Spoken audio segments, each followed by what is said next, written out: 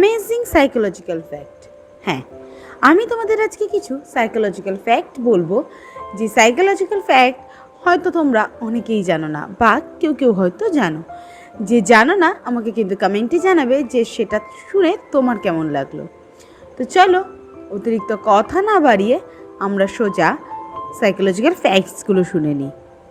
Psychological facts, first fact হলো, psychological দিক থেকে বলে যে যখন দুজন মানুষ একসাথে অনেক দিন ধরে থাকতে শুরু করে, তখন আস্তে আস্তে নিজের অজান্তেই একে অপরের মিমিক্রি করে ফেলে বা একে অপরের নকল করে ফেলে, হয় হাঁটা চলা, নাহলে কথাবার্তায়, বা তাদের কোনো না কোনো স্বভাব চরিত্রে তারা কিন্তু নিজের অজান্তেই একে অপরের নকল করে ফেলে।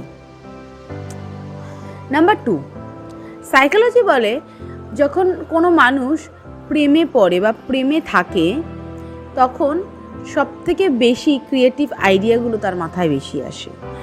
তার বিভিন্ন রকম ক্রিয়েটিভ কাজ সে খুব ভালো করতে পারবে যখন সে প্রেমে থাকবে।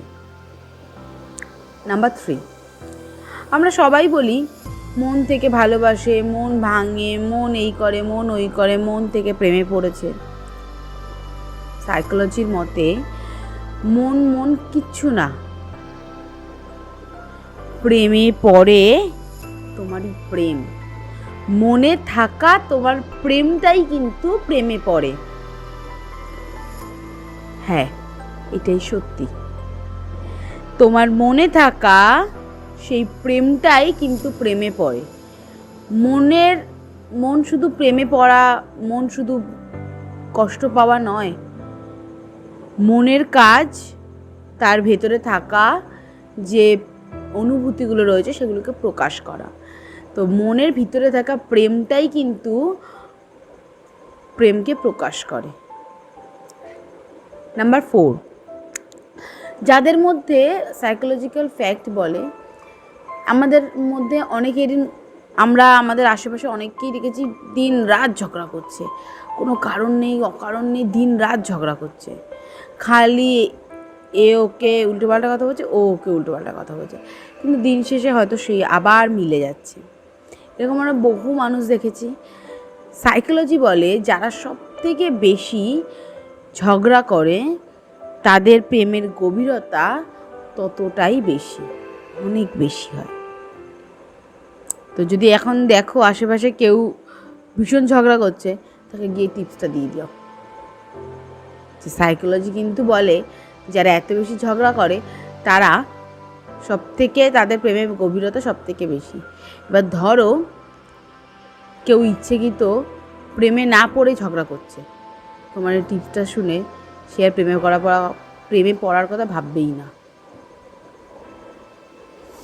এটা গেল নাম্বার 4। এবার চলো শুনে নিই নাম্বার 5। একটা মেয়েকে ইমপ্রেস করা, অনেকেই, সব ছেলেরাই প্রায় মেয়েদেরকে ইমপ্রেস করতে চায়। তো একটা মেয়েকে ইমপ্রেস করতে কতক্ষণ সময় লাগে সেটা কি কারোর জানা আছে? যদি জানা থাকে আমাকে এক্ষুনি কমেন্টে টাইপ করে লেখো দেখি।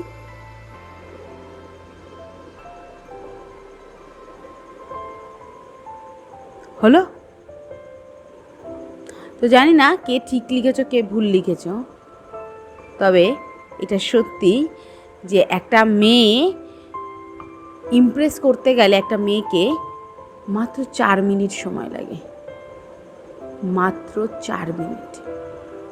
4 মিনিটের মধ্যে একটা মেয়েকে অনায়াসে ইমপ্রেস করা যায়। নাম্বার 6, সাইকোলজি অনুসারে দেখো ব্রেকআপ সবার হয়। ব্রেকআপ হতে গেলে একটা ছেলে এবং একটা মেয়ে দুজনেই কষ্ট পায়, কিন্তু সাইকোলজি বলে যে ব্রেকআপ হলে একটা মেয়ে যতটা না সাফার করে তার থেকে অনেক বেশি সাফার করে একটা ছেলে তার থেকে অনেক বেশি কষ্ট পায়। হ্যাঁ, এবার বলতে পারো কিছু ব্যতিক্রম ছেলেরা রয়েছে যারা ভালোবাসা মিনিংটাকে একটা আলাদা পর্যায়ে নিয়ে গেছে, যারা ভালোবাসা মিনিং বলতে গেলে তাদের কাছে ভালোবাসাটা বা ভালোতে বাস করা এই বিষয়টা তাদের ভিতরে কাজ করে না, সেক্ষেত্রে সেটা আলাদা জিনিস। কিন্তু যারা প্রকৃত ভালোবাসে, যারা সত্যিকারের ভালোবাসে, ব্রেকআপের পর তারা কিন্তু সবথেকে বেশি কষ্ট পায়। এই ছেলেগুলো সবথেকে বেশি কষ্ট পায়। নাম্বার 7 এবং লাস্ট পয়েন্ট হলো সত্যিকারের ভালোবাসা কি জানো? আমরা সত্যিকারের ভালোবাসা নিয়ে অনেক ভিডিও বানিয়েছি, অনেক কথা বলেছি, কিন্তু এক্স্যাক্টলি আমাদের কারোর পক্ষেই না সত্যিকারের ভালোবাসা একটা প্রপার সংজ্ঞা দেওয়া পসিবল না। কারণ সত্যিকারের ভালোবাসার সংজ্ঞা এক একজনের কাছে এক এক রকম। তো সত্যিকারের ভালোবাসা সাইকোলজিক্যাল ফ্যাক্ট বা সাইকোলজি বলে যে সত্যিকারের ভালোবাসা সেটাই যেটা দুজনের সাথে দেখা হওয়ার ঠিক পর মুহূর্ত থেকেই দুজনকে মিস করতে শুরু করে, চোখে হারাতে শুরু করে, বা সামান্য একটু এদিক ওদিক হয়ে গেলেই তারা চোখে হারায়। এটাকেই বলে সত্যিকারের ভালোবাসা অ্যাজ পার সাইকোলজিক্যাল ফ্যাক্টস। তো আজকে এই সাইকোলজিক্যাল ফ্যাক্টসগুলো তোমাদের কেমন লাগলো আমাকে কিন্তু কমেন্টে জানাতে ভুলবে না। ভালো লাগলে আমার ভিডিওটা একটা লাইক করে দেবে এবং আমার চ্যানেলে যদি এখনও নতুন হয়ে থাকো তাহলে চ্যানেলটাকে সাবস্ক্রাইব করে দিও।